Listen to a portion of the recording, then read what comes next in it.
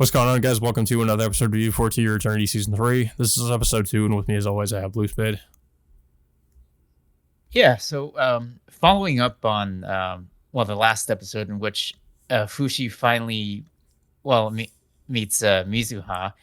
um, it wasn't the first type of meeting that I was initially expecting, because Fushi immediately knows that she's a descendant of Hayase. So he goes up to her and like checks her left arm, whether or not that she has a knocker or not, and he he finds that that she doesn't, at least from what I can tell, or what he can tell, I guess. Um, so I mean, I yeah, it wonder, just I wonder starts if the off like twist is going to be that her mother does, but I don't know. it. I mean, it could be, but here's another odd thing: is like, um, her mother shows up, and then they're like, Mizuha's having dinner with her parents, and then immediately afterwards, like her mother just straight up says that they're gonna be moving out of the house within the next month. So I mean, you would think that that she and her mother, who are descendants of like the Hayase clan, that goes out of their way to go after Fushi, for by whatever means necessary, is now like some I don't know. It's like I don't think like that they're I don't know if they're like outcasts of the descendants, or something else entirely. But Yeah, I mean, like, neither of them that's really recognized Fushi because they both saw him. yeah. I mean, of course, Fushi, of course, I mean, at least from I don't know. He has this ability to sense other people, or what they are, but he immediately knows that that she's one of High Sei's Hmm. descendants. But as of right now, we know that, at least as far as I know, that Mizuha doesn't really have much of an interest with Fushi as of yet, because I mean, we don't really get to see much of them interact as of right now.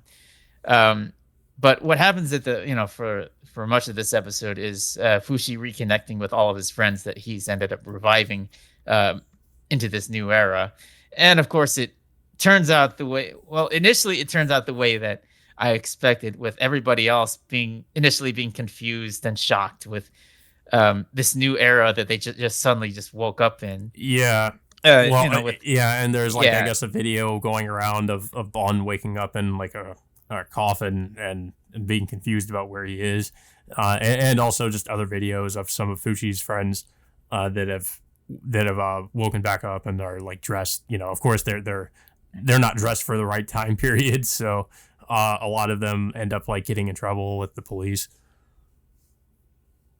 yeah, and what was it? And there was Well, something I else mean, going on. of course, Oh yeah, Bond.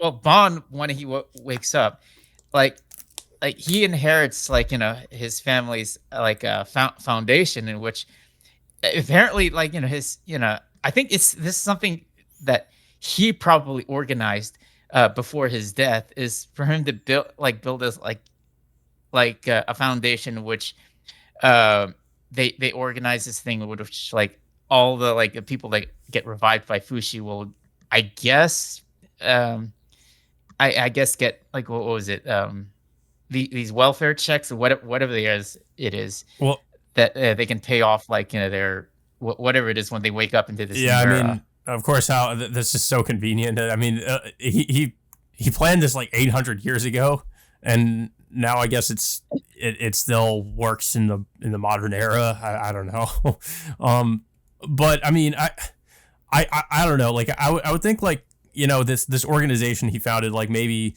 there would be like one of his descendants maybe like currently running the organization. Like, I guess I don't know how that works. Like, maybe he just like stepped in and now he runs it. I'm not sure, um but yeah, like, it's kind of crazy how quickly it seems like Fushi's friends just kind of immediately seem to easily adapt to the modern era, and there's not really a lot of issues there. They just like change their clothing, and I got there's not really like any sort of like culture shock or anything like that. The only thing that they like Fushi and I guess some of the others questioned are like the smartphones. But other than that, they seemed like almost like they just fit in almost immediately. And of course, we see Tonari Yeah, again, but this time she's in her teenage form yeah. And again, apparently, I guess the reason which Fushi did which that was because I guess she mentioned something about wanting her youth back, or I don't know, like so Fushi just like made her like I guess her teenage self instead of her adult, putting her in her adult form. yeah. But the one downside is that she's at the point of her of her what was it of her youth where she never got that uh or she never developed any immunities with all the poisons that she had to consume like over the Yeah, years. So now she doesn't have that anymore, with the exception that she still has the knowledge of how to develop like certain medicines or like certain antidotes to poisons or whatnot. Um, but yeah, I mean, everybody else like they seem to be initially like um comfortable with like where they're moving into altogether. yeah, because Fushi just Um, decides that initially, they're all gonna live with that kid and his sister and the grandpa, and they're just like Fushi will just create more rooms for them to live in, but they're all just gonna live in the same house together. yeah, I mean, I almost completely forgot that Fushi can create great buildings I mean, like he's pretty much a god. Like he can do like it, literally just about anything. So, I mean, yeah, but what I didn't know is like before like he can just recreate like an exact copy of something, but from what I can tell, like he says he can slightly modify the appearance of like that said building that that he replicates, so that so the new house that he builds is the same house, but he expanded it uh, at a to a certain degree for them to all stay together. yeah, yeah. So now I guess they're all living in the same house.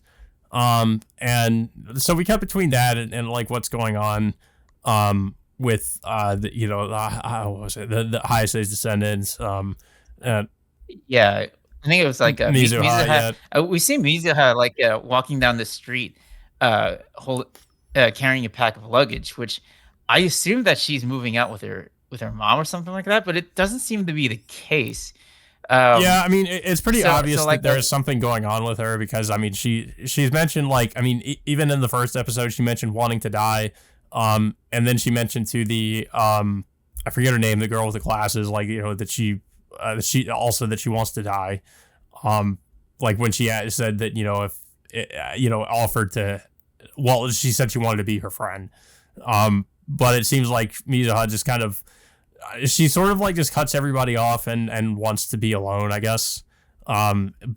But even still, like, see, I guess there's this weird thing where there's a lot of rumors going around about her because she gets like just offers from different guys to try to go out with them, and she turns everybody down. But then the girls, I guess, just spread rumors about her that she's been like going around or going out with different guys. So like everybody in the school just kind of, I guess, has like pretty much like just like ostracized her.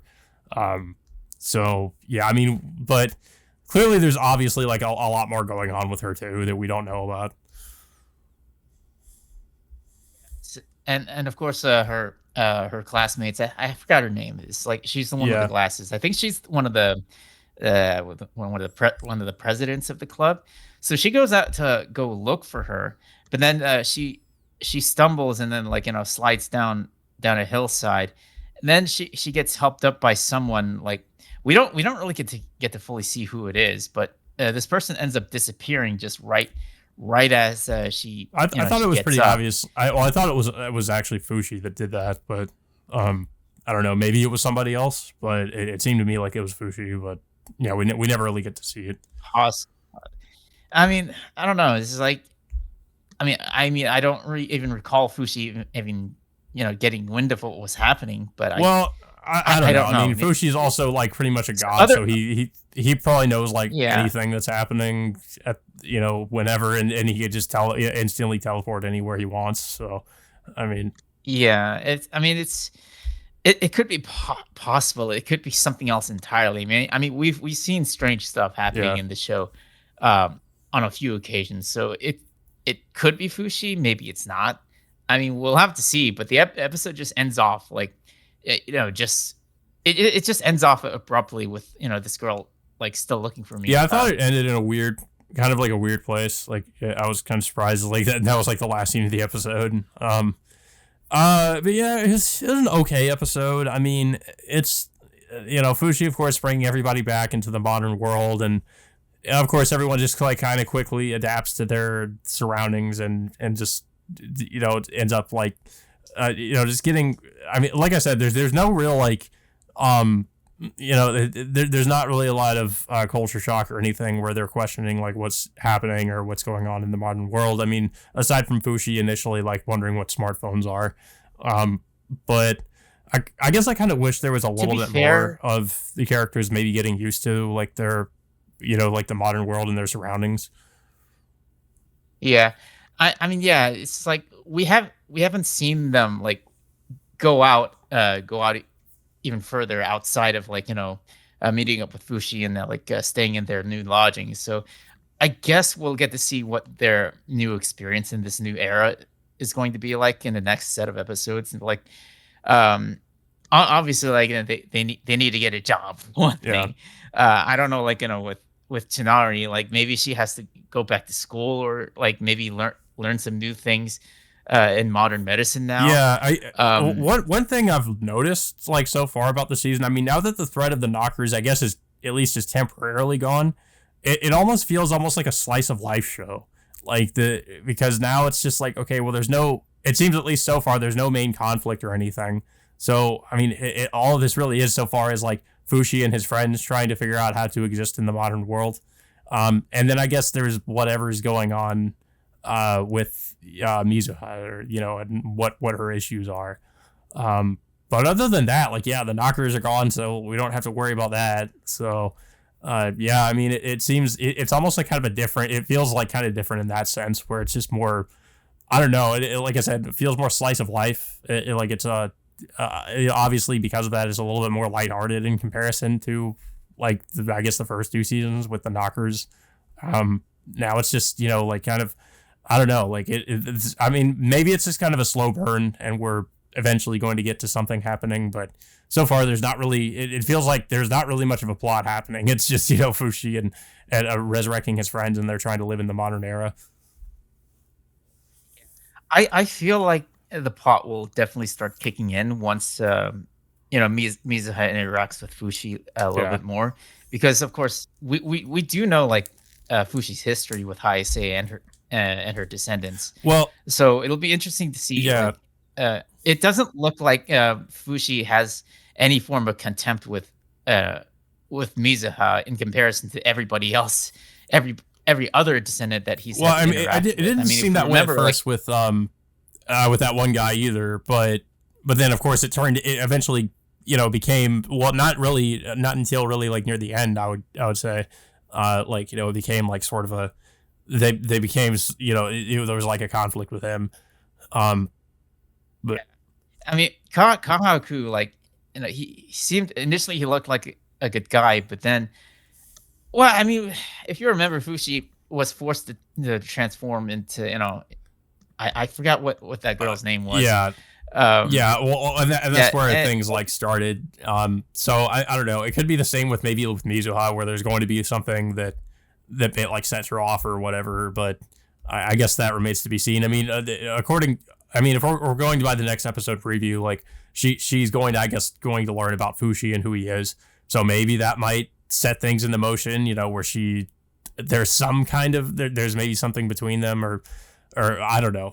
I don't know if I'd say maybe there was a conflict between them or something. I mean, obviously something's going to happen where she's going to learn about like Fushi. Maybe they go over his relationships with the Hayase and her descendants or something. I don't know if Mizuha is even aware that she's a part of this, like, long bloodline. Maybe that could be like her subplot in the season is her like learning who she is or who she's related to, and how like Fushi is involved in that.